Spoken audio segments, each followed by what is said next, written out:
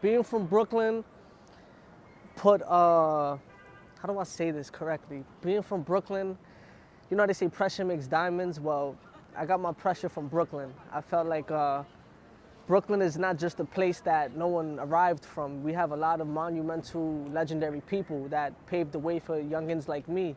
And Brooklyn means a lot to me. I feel like it's the heart of it. It's the heart of New York. Not to discredit any of the other boroughs. You know, I love Manhattan. I love Staten Island, the Bronx. I love Queens, especially.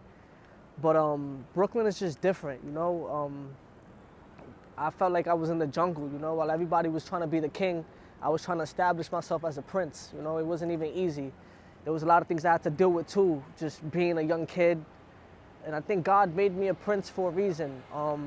That's another thing that I'm learning now, actually, which is beautiful. I got to walk with God, which I'm grateful for. And I just wanted to know why he made me a prince, you know? What did you see in me that you thought I had to be a prince? And I'm honored, you feel me? Most princes come from, that's another thing that I had to learn how to accept.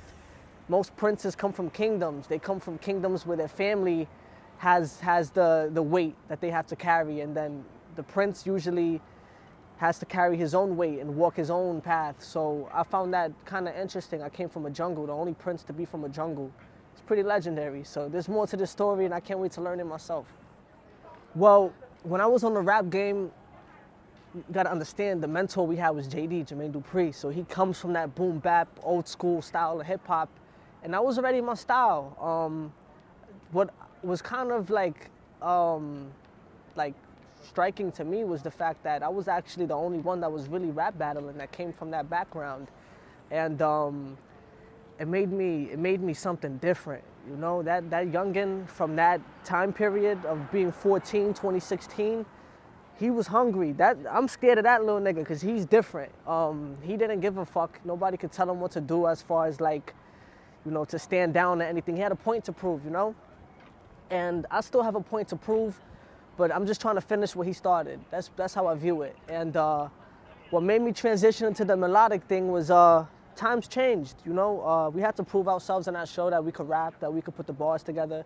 But I had to investigate what was going on in New York City because my sound was authentic to me, but the people in New York, they were progressing, you know? While I was on the rap game, we had, in 2016, I think Young M.A. was out, Don Q was out, A Boogie was just getting on the scene too. So the city was adapting to that sound, to that culture, and I had to adapt to the culture around me too, because I wanted to make a name for myself.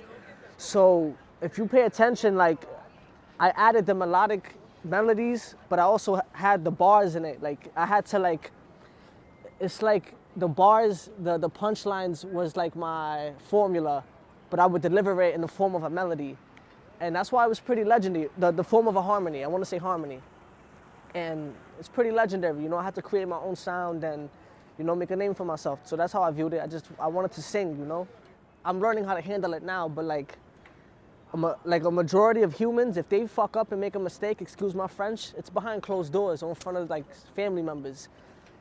The industry and the internet saw me grow up.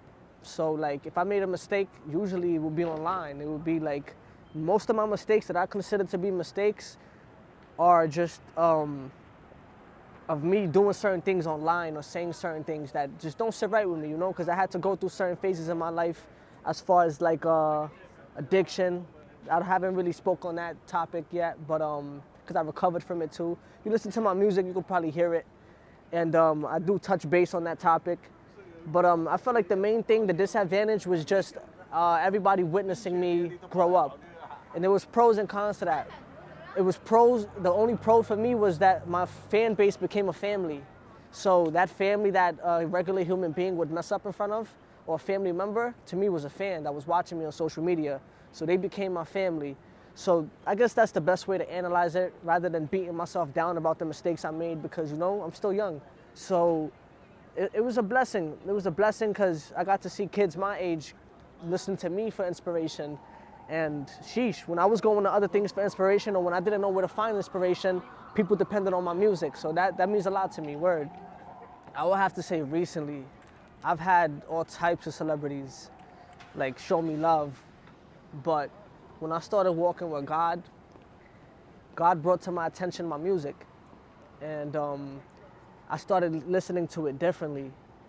I would listen to certain messages that was being portrayed in my music, and I kid you not, it was literally almost as if I had the pen and the paper, and it's almost as if Jesus was literally orchestrating the music, and he was talking to me through different songs. And I had to go through a little trial and tribulation and lose myself real quick before I found him, and he had to remind me of who I was. And when I listened to my music, I was listening to it differently.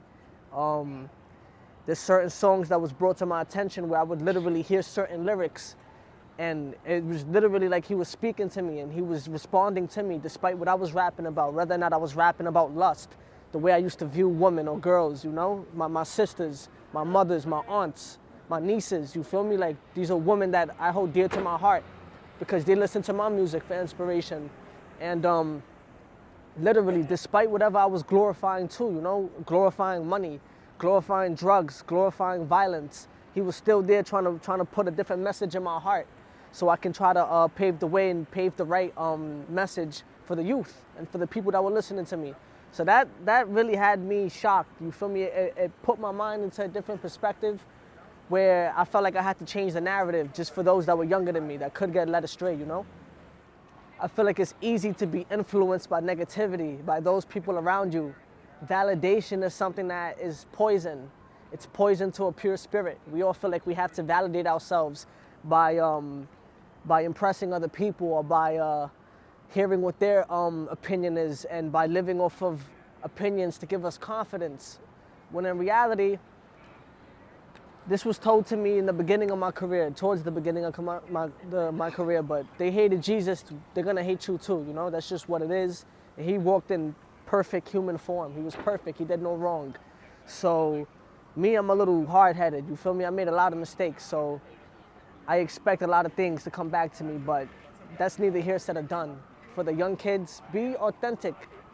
Don't feel like you have to validate yourself by feeding off of opinions of the world when the world doesn't even care about you, you know? That's just what it is. We here today, gone tomorrow, and forgotten like this.